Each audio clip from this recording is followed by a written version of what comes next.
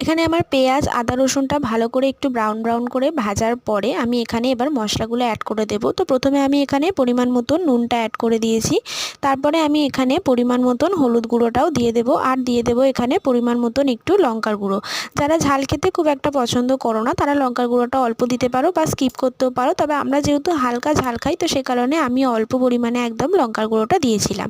আর তারপরে যে আলুগুলো আমি ছোট ছোট করে কেটে রেখেছিলাম তো সেই আলুগুলো আমি মশলার সাথে এখন অ্যাড করে দেবো, যাতে করে মশলার সাথে আলুগুলো ভালো করে মিশে যায়। আর আলুগুলো যেহেতু কাঁচা ছিল তো সেগুলো একটু সেদ্ধ করতে সময় লাগতো, তাই আমি এটাকে ঢাকা দিয়ে দিয়ে বারবার করে সেদ্ধ করে নিচ্ছিলাম। তো সমস্ত কিছু দেওয়ার পরে আমি 5 মিনিট মতন ঢাকা দিয়ে নিয়েছিলাম। তো 5 মিনিট পরে ঢাকা খোলার পরে দেখলাম আলুটা মোটামুটি সেদ্ধ হয়ে গেছে। তো এরপরে আমি যে টমেটোগুলো কেটে রেখেছিলাম তো সেই টমেটোগুলো আমি আলুর সাথে ভালো করে মিক্স করে দেবো, দিয়ে এটাকে আবারও কিছুক্ষণের জন্য ঢাকা দিয়ে রাখবো। তো ঢাকা খোলার পরে আমি আবার এর সাথে দিয়ে দিয়েছিলাম ক্যাপসিকাম আর যে পেঁয়াজগুলো বড় বড় করে কেটে রেখেছিলাম তো সেই পেঁয়াজগুলো আমি অ্যাড করে দিয়েছি। তো সমস্ত কিছু জিনিসটাকে একসাথে নাড়াচাড়া করে নেব, আবারও কিছুক্ষণের জন্য ভালো করে এটা ফ্রাই করে নেব।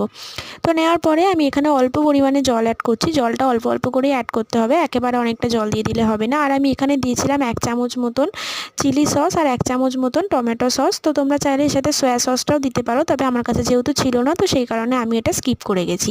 তারপরে সমস্ত কিছুটা মিক্স করার পরে আমি আবারও কিছুক্ষণের জন্য এটা ঢাকা দিয়ে রেখে দিয়েছিলাম।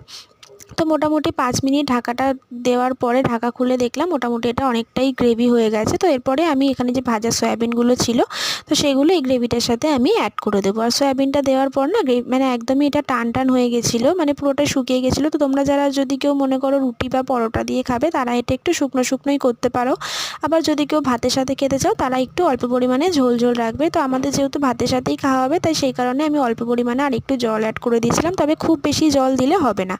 তো জল অ্যাড করে দেওয়ার পরে আমি মোটামুটি 5 মিনিট মতন চাপা দিয়ে রেখেছিলাম, আর মাঝখানে আমি একটা কাঁচা লঙ্কাকে চিড়ে মানে এখানে কুচি কুচি করেও আমি দিয়ে দিয়েছিলাম, যাতে ফ্লেভারটা একটু ভালো হয়। তোমরাও চাইলে সেটা দিয়ে দিও। আর তোমরা যারা যারা আমার এই ভিডিওটা দেখছো সবাই আমার কমেন্ট বক্সে একটা কমেন্ট করে যেও, আমি নেক্সট ভিডিওতে তোমাদের কমেন্টগুলো পড়বো এবং তোমাদের নামগুলোও বলে দেবো। আর এখানে সবাই এই রেসিপিটা অবশ্যই একবার করে ট্রাই করো। আর আমি লাস্টে নামানোর আগে একটুখানি কসুরি মেথি দিয়ে দিয়েছিলাম, এটাও কোনো অপশনাল নয়, তোমাদের ইচ্ছা যদি হয় তোমরা অবশ্যই দিও, বা যদি না হয় না দেবে, কোনো ব্যাপার না।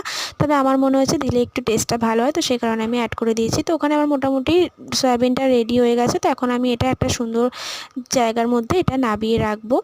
তো দেখো এখানে আমার রান্নাটা কীরকম হয়েছে, দেখতে খুবই সুন্দর হয়েছে, খেতেও নিশ্চয়ই খুবই ভালোই হবে। তো তোমরাও সবাই অবশ্যই বাড়িতে ট্রাই করো, আর কেমন লেগেছে সবার অবশ্যই আমাকে একটা কমেন্ট করে জানিও। আর আমার চ্যানেলটাকে অবশ্যই সবাই সাবস্ক্রাইব করো। আর তোমরা নেক্সট কোনো যদি রান্নার ভিডিও দেখতে চাও অবশ্যই আমাকে কমেন্ট করে বলো, আমি চেষ্টা করব তোমাদের সাথে সেই ভিডিওটা শেয়ার করার।